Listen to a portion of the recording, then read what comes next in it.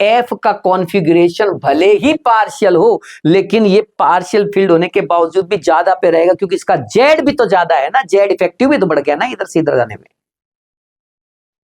कहीं आपको दिख जाए सर सर मुझसे है ना एन और एफ के बारे में पूछा था सर, एन और एफ के बारे में, और आपने बताया था ना एन और एफ के बारे में कि सर ये तो होता है 1s to 2s to 2p3 है ना, 2p3, और ये होता है 2p5 होता है ना सर, आप ही ने बोला था ना। तो देखो ये तो हाफ फील्ड है और ये तो पार्शियल फील्ड है, तो इसमें से इलेक्ट्रॉन निकालना बड़ा मुश्किल हो जाएगा सर, मैंने इसलिए ये वाला कर दिया। तो बेटा तेरे गए 5 नंबर हवा खा। मैंने कब बताया ऐसा? मैंने मेरा नाम ले रहा, मैंने कब बताया ऐसा? P3 का P4 से ज्यादा होता है, P5 से ज्यादा नहीं होता। अब याद रखना, ये मरवाएंगे बच्चे बिल्कुल। मेरा नाम वो लगा रहा है, बताओ मेरा नाम लगा रहा है।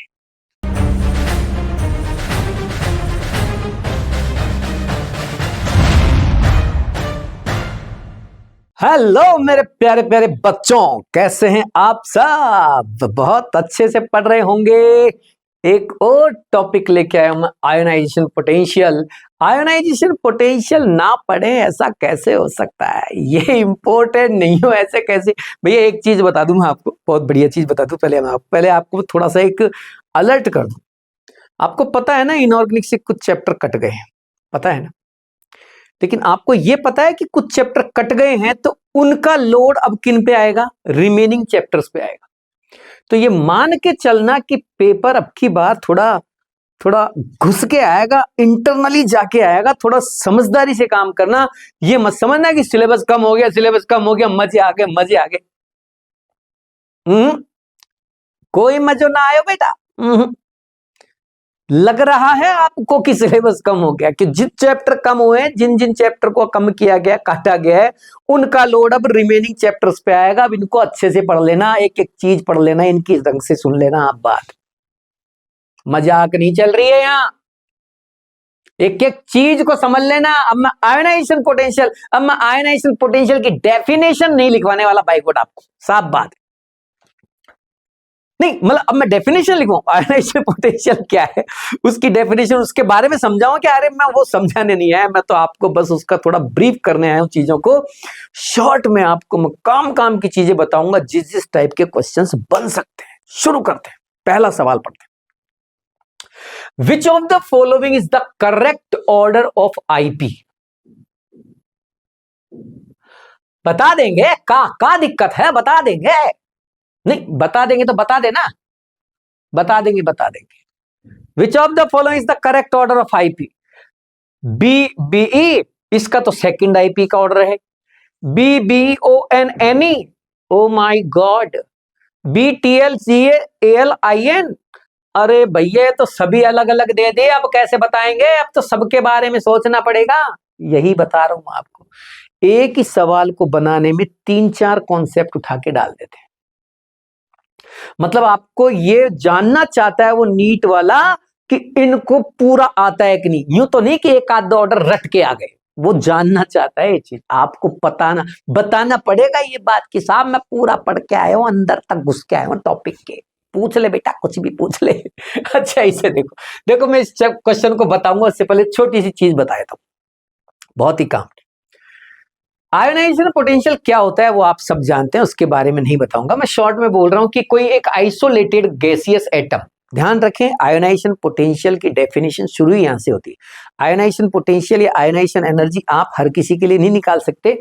एटम होना चाहिए, आइसोलेट होना चाहिए। आइसोलेट का मतलब इधर उधर किसी का कोई अट्रैक्शन या रिपल्शन नहीं होना चाहिए, बिल्कुल आइसोलेट होना चाहिए। और गैसियस होना चाहिए, यूं नहीं कि आप सॉलिड उठा ले या लिक्विड कोई एटम उठा ले, वो नहीं चलेगा। गैसियस एटम चाहिए। और सर सॉलिड एटम हुआ तो पहले सब्लिमेशन कर उसका, और सब्लिमेशन करके गैसियस एटम में कन्वर्ट कर, फिर आईपी काउंट की जाएगी। आ रही है क्या? सॉलिड एटम से आईपी नहीं देखी जाएगी, गैसियस चाहिए। ओके, इलेक्ट्रॉन निकालना है मुझे इसमें से। ये एटम है गैसियस आइसोलेटेड, और इसमें से मुझे इलेक्ट्रॉन निकालना है। अब भाई फूंक मार के तो नहीं निकाल सकते ना तुम, ऐसे तो नहीं निकलेगा ना इलेक्ट्रॉन। एनर्जी तो देनी पड़ेगी ना, गर्म तो करना पड़ेगा ना। गर्म करना पड़ेगा तो गर्म करना पड़ेगा तो एनर्जी देगा, जितनी एनर्जी रिक्वायर्ड है for remove the electron at infinite position are known as ionization potential और आयोनाइजेशन एनर्जी। ध्यान रखना, इलेक्ट्रॉन को निकाल के इनफाइनाइट पे फेंकना है, न्यूक्लियस का अट्रैक्शन नहीं रहना चाहिए बिल्कुल भी, तब जाके वो इलेक्ट्रॉन बाहर निकलेगा, तब जाके एटम पे पॉजिटिव चार्ज आएगा, तब जाके एटम कैटायन में कन्वर्ट होगा, तब जाके इस रिक्वायर्ड एनर्जी को, इस मिनिमम रिक्वायर्ड एनर्जी को आईपी कहा जाएगा।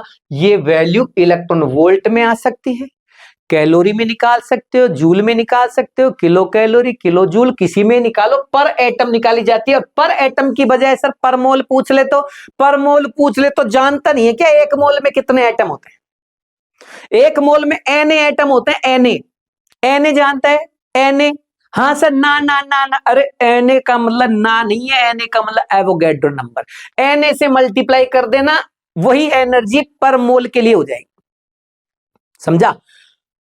अगर गुरुजी मैं एक इलेक्ट्रॉन निकाल दूं तो क्या होगा उसका? उस पे एक प्लस चार्ज आ जाएगा, और मैं एक और निकाल दूं तो एक और प्लस आ जाएगा, और मैं एक और निकाल दूं तो एक और प्लस आ जाएगा, और सर मैं एक और, अरे बोल दिया ना, निकालता जाएगा प्लस चार्ज आता जाएगा, बात खत्म हो गई। इलेक्ट्रॉन निकलता जा रहा है तो पॉजिटिव चार्ज बढ़ता जा रहा है, एक और एक और एक और एक और। नहीं, मैं ये पूछ रहा था सर कि जो एनर्जी देनी पड़ी है उनकी वैल्यू क्या होगी, मतलब पहले ज्यादा देनी पड़ेगी या बाद में ज्यादा देनी पड़ेगी? ऐसा है बाबूजी, आप भूल गए, हमने बताया था, आप एक इलेक्ट्रॉन निकाल दोगे तो न्यूक्लियस का अट्रैक्शन बढ़ जाएगा ना, वैलेंसी शेल पे न्यूक्लियस अलर्ट हो जाएगा, ओट, ओट, ओट, कौन निकाल रहा है इलेक्ट्रॉन, क्या चल क्या रहा है बाहर मेरे प्रेजेंस में, अब हाथ लगा के दिखाना, मतलब अगला इलेक्ट्रॉन निकालने में बड़ा जोर आने वाला है बेटा। क्यों? क्योंकि न्यूक्लियस की पकड़ बढ़ जाएगी वैलेंसी शेल पे, क्योंकि न्यूक्लियस के अंदर तो जेड जितना है उतना ही रहेगा, और आप इलेक्ट्रॉन कम करते जा रहे हो, इलेक्ट्रॉन कम कर रहे हो तो न्यूक्लियर का अट्रैक्शन उस पर बढ़ता जाएगा, और न्यूक्लियस का अट्रैक्शन जब बढ़ेगा तो इलेक्ट्रॉन निकालना मुश्किल हो जाएगा। पहला इलेक्ट्रॉन निकालने में जितना जोर आएगा उससे ज्यादा जोर दूसरे में आएगा, और दूसरे से ज्यादा जोर तीसरे इलेक्ट्रॉन निकालने में आएगा, तीसरे इलेक्ट्रॉन से ज्यादा जोर चौथे इलेक्ट्रॉन निकालने में आएगा। और अगर कहीं बीच में मान लो कोई एलिमेंट इलेक्ट्रॉन निकालते निकालते इनर्ट गैस कॉन्फ़िगरेशन में कन्वर्ट हो गया तो बेटा झाग आ जाएंगे तुम्हारे इलेक्ट्रॉन निकालने में, इतनी एनर्जी देनी पड़ जाएगी। क्या कहा सर? सर एक बार वापस रिपीट करना प्लीज। सुनो मैं क्या करूं, मैंने पहला इलेक्ट्रॉन निकाला, M+1 बन गया, मैंने एक और इलेक्ट्रॉन निकाला, M+2 बन गया। अब मान लो सपोज दैट एक और इलेक्ट्रॉन निकालने के बाद अब ये इनर्ट गैस कॉन्फ़िगरेशन में आ गया, इसका ऑक्टेट कंप्लीट हो गया। मान लो ये मैग्नीशियम है, मान लो ये मैग्नीशियम, अब मैग्नीशियम कौन है? एल्केलाइन अर्थ मेटल है ना। अब मैग्नीशियम में से आप एक इलेक्ट्रॉन निकालोगे, एक इलेक्ट्रॉन निकालोगे तो Mg+1 बन जाएगा, एक और निकालोगे तो वो Mg+2 हो जाएगा, और Mg+2 का कॉन्फ़िगरेशन इनर्ट गैस की तरह हो जाएगा। अब उसके इलेक्ट्रॉन को निकालना बड़ा मुश्किल हो जाएगा, क्योंकि वो हाईली स्टेबल हो चुका है, इनर्ट गैस कॉन्फ़िगरेशन ऑब्टेन कर चुका है। इसका मतलब अब जो तीसरा इलेक्ट्रॉन निकालोगे ना उसमें झाग आ जाएंगे आपके, मतलब पहले आईपी से ज्यादा दूसरा आईपी है, और दूसरे से कई ज्यादा तीसरा आईपी होगा, दूसरे से खूब ज्यादा तीसरा आईपी होगा। क्यों? क्योंकि तीसरे में तीसरा में क्या किया आपने, एक इनर्ट गैस को आप फिर इलेक्ट्रॉन निकाल रहे हो, तो इनर्ट गैस से इलेक्ट्रॉन निकालने में तो और भी ज्यादा एनर्जी देनी पड़ेगी। फिर IP3 के बाद IP4 में फिर वो कम डिफरेंस रहेगा, तो IP1 से ज्यादा IP2, IP2 से बहुत ज्यादा IP3, और IP3 से ज्यादा IP4। मतलब ओवरऑल इलेक्ट्रॉन निकलने के साथ साथ आईपी बढ़ता जाता है, ये तो कंफर्म है। लेकिन जहां भी आईपी की वैल्यू में एक साथ जंप आ जाए, ज्यादा जंप आ जाए, समझ जाना उसके वैलेंसी शेल में उतने ही इलेक्ट्रॉन थे। जैसे मैग्नीशियम में दूसरे आईपी के बाद जंप आ गया तो समझ जाना मैग्नीशियम के वैलेंसी शेल में 2 इलेक्ट्रॉन है। ऐसे पूछा जा सकता है सवाल, खूब आया है ये सवाल। आपसे कह दिया जाए कि एक एलिमेंट है जिसके वैलेंसी शेल में पता नहीं कितने इलेक्ट्रॉन है, तुक्का चाहते हो? नहीं, हमने उसके जब इलेक्ट्रॉन निकाल निकाल के देखे तो उसका पहला आईपी समझ लो, मान लीजिए पहला आईपी 100 इलेक्ट्रॉन वोल्ट है, दूसरा आईपी मान लीजिए 150 इलेक्ट्रॉन वोल्ट है, तीसरा आईपी मान लीजिए 200 इलेक्ट्रॉन वोल्ट है, चौथा आईपी मान लीजिए 700 इलेक्ट्रॉन वोल्ट। अब सीधा 700। तो बता इस एटम के वैलेंसी शेल में कितने इलेक्ट्रॉन है? कौन बताएगा? कौन बताएगा? कौन बताएगा? 3 इलेक्ट्रॉन है। तभी तो पहला इलेक्ट्रॉन निकला 100 इलेक्ट्रॉन वोल्ट पे, दूसरा 150 पे निकल गया, तीसरा 200 पे निकल गया, चौथा निकालने में जागा गए 700 लग गए हैं। 700 क्यों लग गया साहब? इतनी एनर्जी कैसे बढ़ गई? क्योंकि 3 इलेक्ट्रॉन निकलने के बाद वो इनर्ट गैस बन गया। अब मान लो आपसे पूछा जाए कि वैलेंसी शेल में कितने इलेक्ट्रॉन थे, तो कह देना 3 इलेक्ट्रॉन थे। या फिर आपसे पूछा जाए बताओ इन 4 ऑप्शन में से कौन सा एलिमेंट है जिसमें तीसरे नंबर के बाद जंप आ जाता है चौथे आईपी में, तो आप उन 4 ऑप्शन में से ऐसे एलिमेंट को टिक करना जिसके वैलेंसी शेल में 3 इलेक्ट्रॉन है, लाइक Al। जैसे एल्यूमिनियम के वैलेंसी शेल में 3 इलेक्ट्रॉन होते हैं, इसलिए 3 निकलने के बाद चौथा आईपी लगाने में जान निकल जाती है, आईपी एक साथ बढ़ जाता है, जंप आ जाता है। समझ में आ रही? अरे केवल डेफिनेशन रट के जाने से नीट में सिलेक्शन नहीं होगा। हाँ सर मैंने पढ़ लिया पूरा, मेरे पूरा आईपी याद है, मेरे को पूरी पीरियोडिक टेबल याद है, मेरे को पूरा पीरियोडिक टेबल पढ़ लिया। अच्छी बात, बहुत खुशी की बात है। पूरा पढ़ने के बाद भी गलत क्यों करता है तू? पढ़ लिया ना तूने चैप्टर, 4 बार पढ़ लिया ना अब तक। तू पढ़ रहा है, तू चैप्टर पढ़ रहा है, कॉमिक्स पढ़ रहा है? नहीं, चैप्टर पढ़ रहा है कि न्यूज़पेपर पढ़ रहा है? तू चैप्टर पढ़ रहा है या कोई कोई कोई उपन्यास पढ़ क्या रहा है? तू कहानी की किताब पढ़ रहा है क्या? ढंग से पढ़ना उसको। तू कैसे भूल गया कि आगे पीछे ऊपर नीचे हर तरह से याद करना पड़ेगा उस चीज को? अगला कुछ भी पूछ सकता है, याद रखना। सारी चीज जो बोल दी सो बोल दी, एक एक चीज याद करनी। एक्स्ट्रा भले ही कुछ भी करो, लेकिन जो मैंने बोल दिया वो एक एक चीज याद करनी है। ढंग से सुनो वीडियो को, एक एक चीज को, एक एक चीज को सुनो मेरी को। यूं ही नहीं बोल रहा मैं, हर चीज के पीछे, मेरी हर लाइन के पीछे मकसद है। हर लाइन, हर शब्द के पीछे मैं कुछ ना कुछ आपको बताने की कोशिश कर रहा हूं, समझो। आईपी को अफेक्ट करने वाले फैक्टर बहुत सारे हैं, एटॉमिक रेडियस है, जेड इफेक्टिव, बहुत सारे। मैं बस उनकी बात करूंगा जो इस बार के लिए इंपॉर्टेंट है। मैं बार बार एक ही चीज बोल रहा हूं, पेनिट्रेशन पावर और स्टेबिलिटी ऑफ ऑर्बिटल, यानी कि कॉन्फ़िगरेशन ऑफ ऑर्बिटल। मैं 2 चीजों की बात कर रहा हूं बस यहां पे, बाकी आप देख लेना खुद से। पढ़ रहे हो ना, बहुत सारा पढ़ो ना, कौन मना कर रहा है? अब इनको तो देख लेना कम से कम। पेनिट्रेशन टेंडेंसी का बहुत इफेक्ट पड़ता है आईपी के ऊपर। सब शेल्स की पेनिट्रेशन टेंडेंसी का एक ऑर्डर है, एस की सबसे ज्यादा, पी की उससे कम, डी की उससे कम, एफ की सबसे कम। पेनिट्रेशन पावर एक्चुअली न्यूक्लियस की तरफ अट्रैक्शन की टेंडेंसी को दिखाता है। ये कहना चाहता है कि एस सबशेल न्यूक्लियस की तरफ ज्यादा अट्रैक्ट रहता है पी की तुलना में, और पी ज्यादा रहता है डी की तुलना में, एस पे ज्यादा इफेक्ट, यानी कि एस में से इलेक्ट्रॉन निकालना बड़ा मुश्किल होता है पी की रेस्पेक्ट में। अब ये मत समझना कि कहीं भी कोई भी कॉन्सेप्ट लगा दो, सोच के काम करना। एस और पी, ये पेनिट्रेशन वाला जो कॉन्सेप्ट है ना, ये आपको सेकंड ग्रुप और थर्ड ग्रुप में लगाना है, यानी कि बेरिलियम वाली फैमिली और बोरोन वाली फैमिली में लगाना है। समझ में आ रहा है? यूं नहीं कि कहीं से भी एस से इलेक्ट्रॉन निकल रहा है, किसी में पी से निकल रहा है, आप उठा के चेप दिया ये वाला कॉन्सेप्ट। सर पेनिट्रेशन पावर गुरुजी ने बताया था, केमिस्ट्री वाला सबने बताया था। इसी फैमिली की बात करनी है बस। बी का बी से ज्यादा क्यों है? क्योंकि बीई में एस में से इलेक्ट्रॉन निकलता है और बी में 2p1 से इलेक्ट्रॉन निकलता है। वह कॉन्फ़िगरेशन बना के देखो, बना के देखो कॉन्फ़िगरेशन। बी और बीई, बी का 4, बी का 5, 1s2 2s2, 1s2 2s2 2p1। अब आप इसमें से कहां से इलेक्ट्रॉन निकालोगे? आईपी बनाने के लिए ये P1 निकालोगे, इसका कहां से निकालोगे? एस से निकालोगे। तो इसकी पेनिट्रेशन पावर ज्यादा, इसका न्यूक्लियस की तरफ अट्रैक्शन ज्यादा, इसके ऊपर न्यूक्लियस का ज्यादा ध्यान है, इसमें से इलेक्ट्रॉन निकालने में झाग आ जाएंगे बेटा तुम्हारे। न्यूक्लियस खड़ा है वहां, हाथ मत लगा देना, ऐसे खड़ा है वो वहां, निकालो तुम इसमें से इलेक्ट्रॉन, इसलिए इसका आईपी ज्यादा है। समझ में आ रहा है? इसलिए इसका आईपी ज्यादा है। तो इसमें क्या हो गया?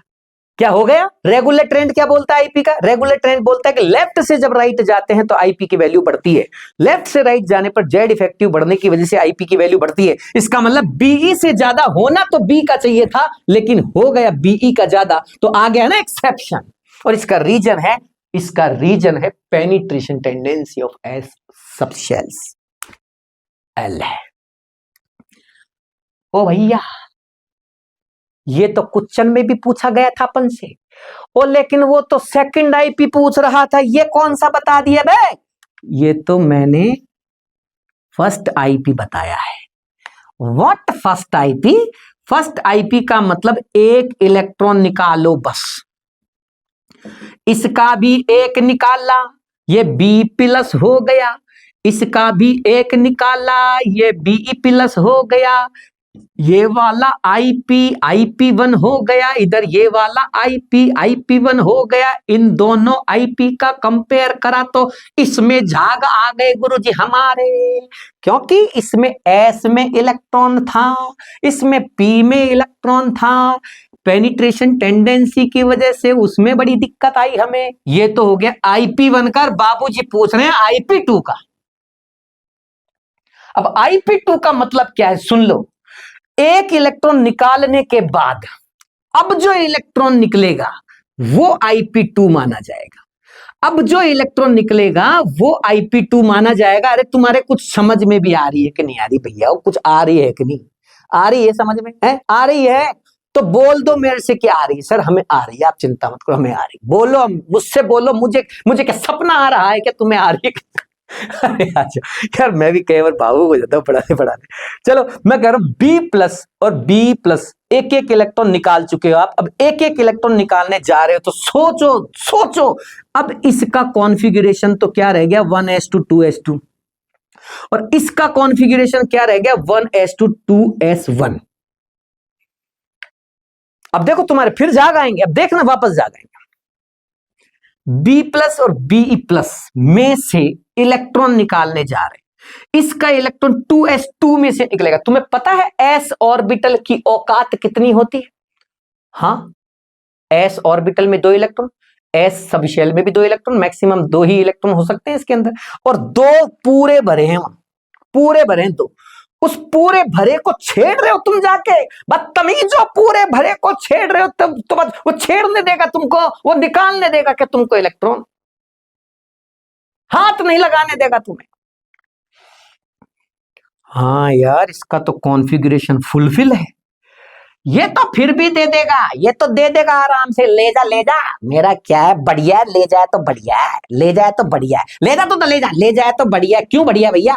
मैं तो 1s2 हो जाऊंगा, हीलियम जैसा हो जाऊंगा, और हर कोई चाहता है कि वो इनर्ट गैस जैसा हो जाए, इसलिए ये तो तुरंत दे देगा तुम्हें, ये नहीं देगा। हाथ मत लगा देना मेरे इलेक्ट्रॉन के, पागल नहीं हूं मैं जो 1s2 2s2 से 1s2 2s1 बन जाऊं। लेकिन भैया हमने भी जोर लगा के निकाल दिया इलेक्ट्रॉन, तो IP2 ज्यादा हो गई, ये वाली IP इससे ज्यादा। इसका मतलब सेकंड IP तो B का ज्यादा और फर्स्ट IP BE का ज्यादा।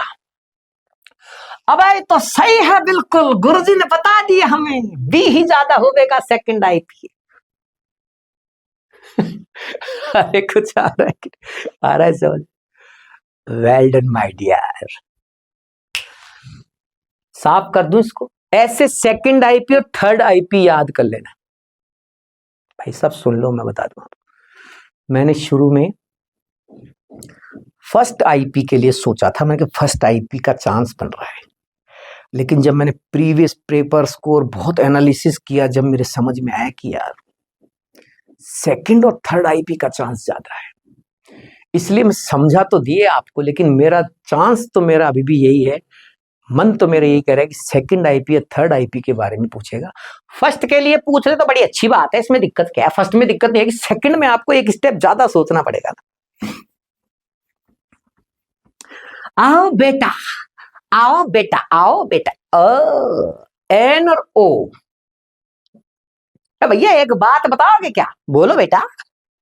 ये N और O कहां मिलते हैं? पीरियोडिक टेबल में। नहीं, पीरियडिक टेबल में कहा, पीरियडिक टेबल में तो सभी मिलते हैं, एलिमेंट और कहाँ मिलेंगे। पीरियडिक टेबल में आपको सेकंड पीरियड में जाओ, ये नहीं और भी आइटम मिलेंगे, LIBE BCNOFNE सब मिलेंगे आपको। बेटा पप्पू, ओ पप्पू, मैं देखो आप लोगों से कुछ नहीं कहता भैया, मैं खुद को ही पप्पू बोल रहा हूँ ये मत समझना, मैं मजाक करता हूँ, मेरी आदत है बेटा, ना बुरा मत मानना इसका। मैं तो खुद से ही, मैं, मेरी आदत है। आप कभी भी, मेरे जो बच्चे आपको कभी टच में हो मेरे पढ़ने वाले, तो उनसे पूछ लेना, सर पढ़ाते टाइम खुद ही स्टूडेंट बन जाते हैं, खुद ही टीचर बन जाते हैं। ठीक है, चलो LIBE BCNOFNE। देखो लेफ्ट से राइट जाते टाइम सबसे पहला काम रेगुलर ट्रेंड दिमाग में लाओ, और रेगुलर ट्रेंड क्या है कि लेफ्ट से राइट जाने पर IP बढ़ता है। एक्सेप्शंस के बारे में फिर सोचो। अब देखो सवाल ऐसे नहीं आता, मैं आपको जानकारी के लिए बता दूं, सवाल अनाप शनाप लिखेगा, NOCFBE अरेंज करो IP के ऑर्डर में, ऐसे अनाप शनाप उल्टा सीधा लिखेगा। तो सबसे पहला काम तो क्या है आपका, जो एलिमेंट्स आपको दिए हैं जिस पीरियड के, जिस ग्रुप के, सुन लो मैं बहुत बड़ी चीज बता रहा हूं, नहीं तो फिर मेरे से मत कहना भैया गलत हो जाए, मुझसे मत कहना। आप डायरेक्ट करोगे ना तो सवाल नहीं होगा। मैं क्या कह रहा हूं, सबसे पहला काम, जो एलिमेंट अनाप शनाप रेंडमली दिए हैं उनको अरेंज करो according to periodic table. BE BCNOFNE सबको ले लो, मैं तो सारे ले लिए, ऐसे सबको अरेंज करो, सबको LIBE जितने भी एलिमेंट है सबको अरेंज करो उसी तरह से जैसे कोई, जैसे पीरियडिक टेबल में ऑरेंज है, ये ध्यान रखना, चाहे वो पीरियड से दे रखे हो चाहे वो ग्रुप से दे रखे हो, ऊपर से नीचे जा रहे हो, लेकिन वो वैसे की वैसे लगाओ जैसे पीरियड्स के अंदर या ग्रुप्स के अंदर लिखे हुए। अब आगे, अब एक्सेप्शन सोचो दिमाग में कि यार कौन कौन सा एक्सेप्शन था, जो जो एक्सेप्शन थे उन पे सर्किल करो। सर BE और B में तो वो पेनिट्रेशन वाला एक्सेप्शन है सर, आपने बताया था हमको, और N और O में वो हाफ फील्ड और फुल फील्ड वाला है, क्योंकि फुल फील्ड में से इलेक्ट्रॉन निकालने में तो ज्यादा जोर आएगा क्योंकि ज्यादा स्टेबल है, हाफ फील्ड में से तो इजीली निकल जाएगा और पार्शियल फील्ड में से और इजीली निकल जाएगा। लेकिन ध्यान रखें इस बात का कि ये कॉन्सेप्ट केवल सक्सेसिव एलिमेंट्स के लिए है। What successive, what successive, what successive, successive का मतलब, जैसे एक बात बताओ, D का हाफ फील्ड क्या होता है, D5 होता है, तो D5 का D4 से ज्यादा होगा, क्योंकि स्टेबल है। D5 का D6 से ज्यादा होगा। हाँ तो क्या, D7 से ज्यादा मत कर देना, ये बता रहा हूं मैं आपको। D5 का D6 से ज्यादा होगा, D4 से ज्यादा होगा, लेकिन D7 से ज्यादा होगा, इसकी कोई गारंटी नहीं। अच्छा, जैसे इसमें क्या है, N का कॉन्फ़िगरेशन क्या है बताओ, 2p3, और इसका क्या है सर, 2p4। शाबाश शाबाश शाबाश बेटा, शाबाश बेटा। अब जरा सोच के बताना, 2p3 और 2p4, और ये 2p2 होगा फिर तो, जी सर। तो N का इससे तो ज्यादा है ही, क्योंकि रेगुलर ट्रेंड भी ये कहता है, लेकिन अब इससे भी ज्यादा होगा, ये कहना चाहता है ये। N का इससे ज्यादा होगा O से, ये P4 है, ये P3 है, P3 is more stable then P4, लेकिन इस N का F से ज्यादा नहीं होगा, ये सुन लेना, इसके साथ इससे ज्यादा मत कर देना इसको।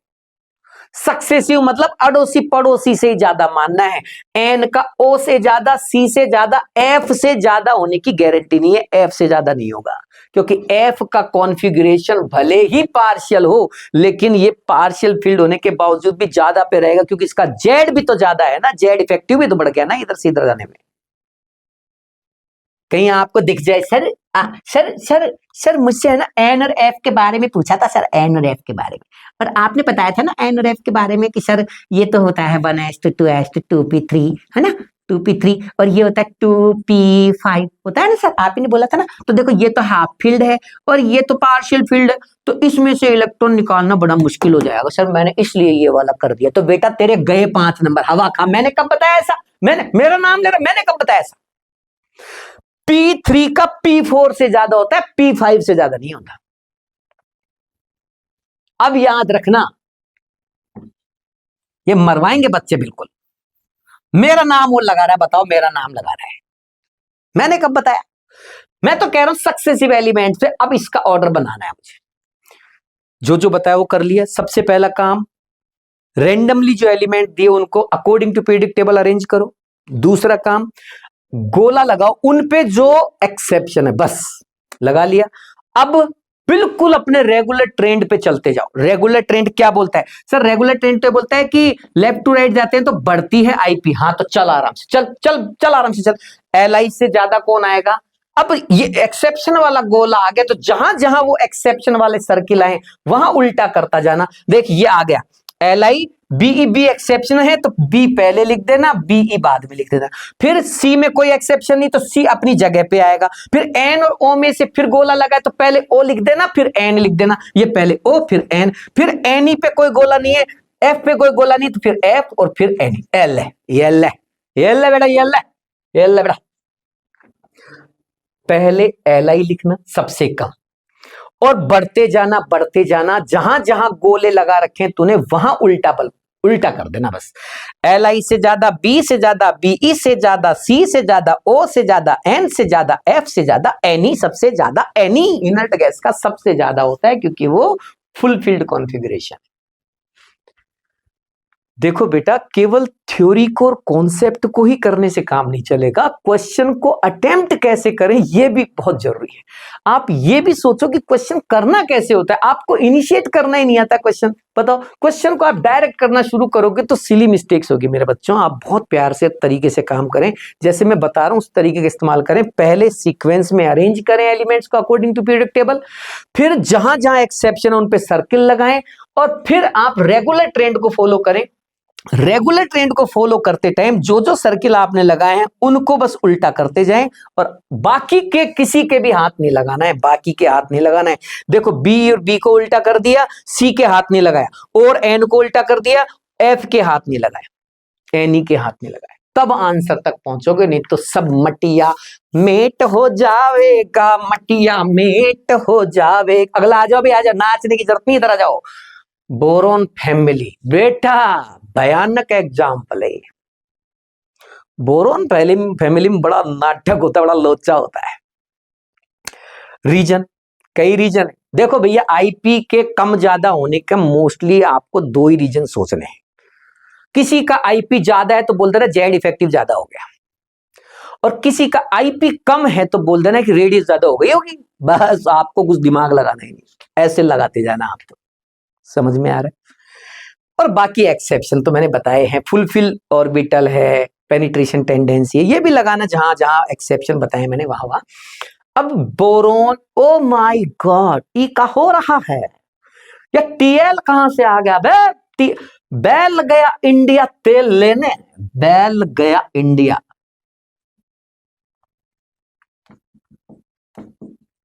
बैल गया इंडिया तेल लेने। आपको जो अच्छा लगे वो बनाओ, कोई दिक्कत नहीं। मेरे को तो ये मैंने ये बना रखा है, बचपन से मैं यही पढ़ रहा हूँ इसको, इसी तरह से पढ़ाया था हमको हमारे गुरुजी ने, बैल गया इंडिया तेल लेने। तो हमारे गुरुजी ने जो पढ़ाया वो मैंने आपको बता दिया। कुल मिला के कैसे भी याद रखो, लेकिन समस्या ये आ रही है गुरुजी, अरे ऊपर से नीचे आईपी घटता है तो ऑर्डर तो ऐसा होना चाहिए था।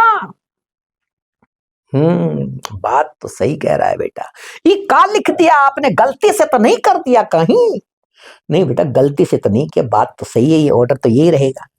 अब ये तो बड़ा नाटक हो गया। चलो जीए का भी समझ में आता है, समझ में आता है भाई, वो ट्रांजिशन कुछ आ जाते हैं, वो आपने बताया था ट्रांजिशन को। लेकिन ये नाटक, ये टीएल निकल के कहा नीचे नीचे पड़ा था, ये ऊपर कैसे आ गया बे? सर इसको तो याद नहीं रख पाऊंगा मैं, साफ बात है। ये तो अनाप शनाप हो गया, कोई एक आध दो एक्सेप्शन तो पूरा का पूरा एक्सेप्शन है, ये तो खुद पूरा ही एक्सेप्शन।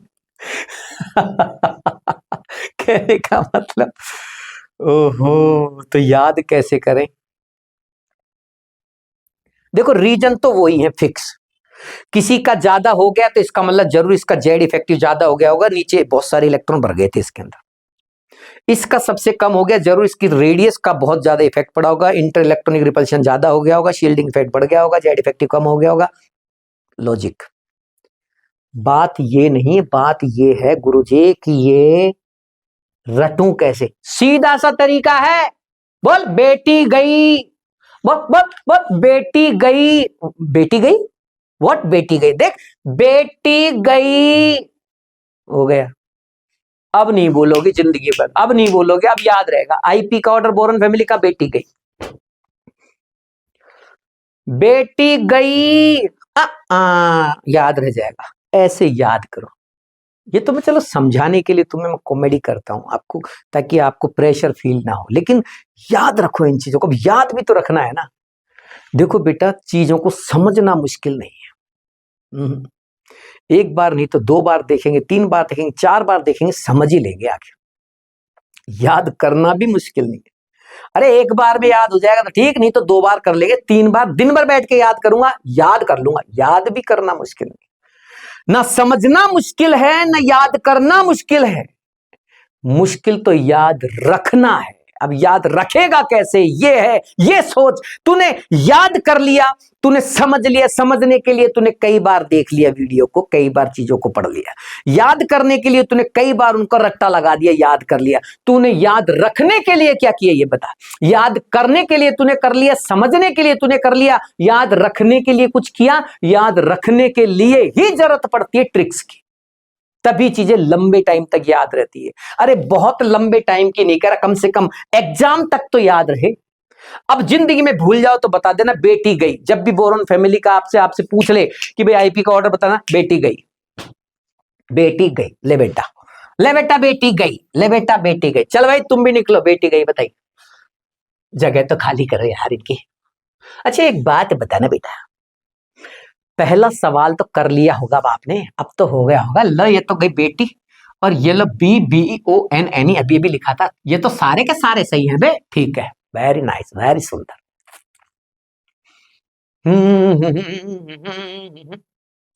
अब अगला सवाल,